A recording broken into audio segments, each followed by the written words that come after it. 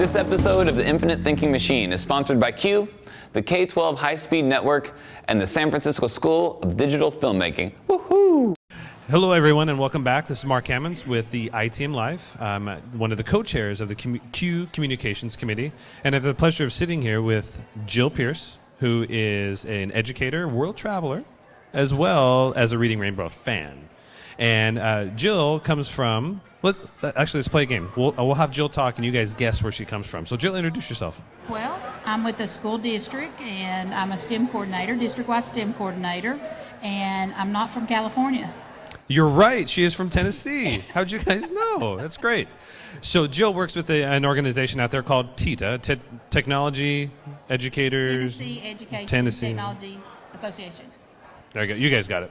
And so it's a very similar organization to what we have here with Q, but it's the Tennessee version, the Tennessee flavor, as they say.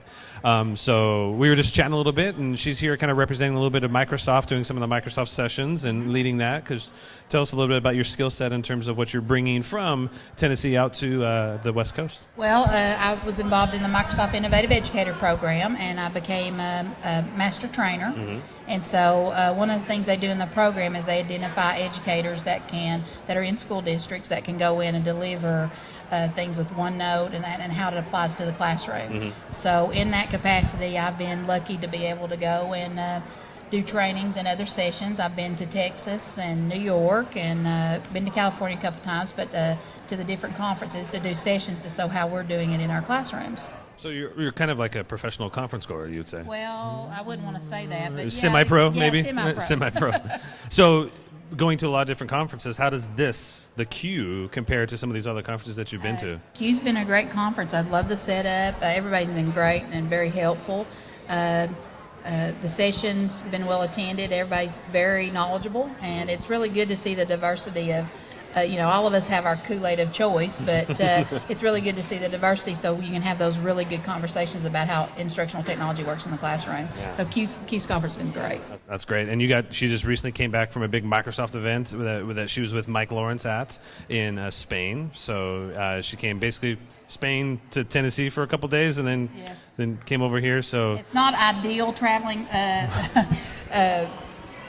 way to travel, but yes, unfortunately it kind of all hit at one time, and luckily I have a great director who's very supportive because he sees the value that comes back to our district as far as training and things go. That's great. And so TETA is also an ISTE affiliate, right? Yes. So you're probably coming here and kind of dissecting a little bit and going to take some things back. And sure. I'm actually the co-chair of our conference this year, good. So that kind of helpful also, so we can always look. Our conference is a little different, but there's a lot of things that I can glean from some of the things that Mike and all the volunteers here have done. So it's always good to be able to see and see how conferences are run and how they're done differently in different states. Yeah, that's great.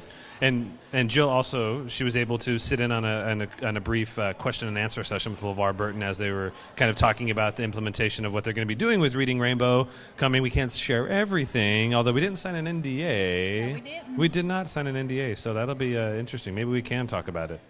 But it was just, regardless, it was cool because having such a noticeable figure as LeVar Burton, who we all grew up with in some capacity, whether that was the Reading Rainbow capacity, the Roots capacity, or even Next Generation capacity. Yeah. I mean, and I was a Reading Rainbow and Next Generation fan I still am. But to be able to sit in there and kind of hear the take on what they're trying to do with educational technology and apply it with the lens and the filter of Reading Rainbow was for me, it was pretty inspiring. Oh, it was very inspiring. I mean, I think it's important that companies realize that it's about the students at the end of the day, and they seem to really have a focus on that, about how they can make literacy come to life and using instructional technology for that. So that was just fantastic. I just felt so honored to be able to participate in that, and Q was very nice to be cordial to us for us to be able to ask questions and participate from our standpoint. Yeah, absolutely. And I know she's already got a bunch of fans back home that are already upset with her from the selfie that she took with LeVar. So hopefully you make it back okay, and you still have a driveway and stuff like that. Yes. They haven't ripped it out or anything from being upset. So anything else you wanted to share with the Q population about? I just want to thank everybody, the Q staff and all the volunteers for having a great conference. And I know we got one more day, but really excited about finishing up here and being able to take some of the information I learned home. Well, we're glad we have you out here, and we have a much stronger presence from Microsoft here at the conference this year, and it's great. They're large corporate sponsors of the organization and the conference throughout the 3 days that we have here, and having high caliber presenters like Jill and some of the other MIEs that are out here just really helps kind of blend it a little bit better, so it's not focused on one particular thing, and just having a nice level playing field for everybody to kind of pick and choose what works for them. Yep. All right.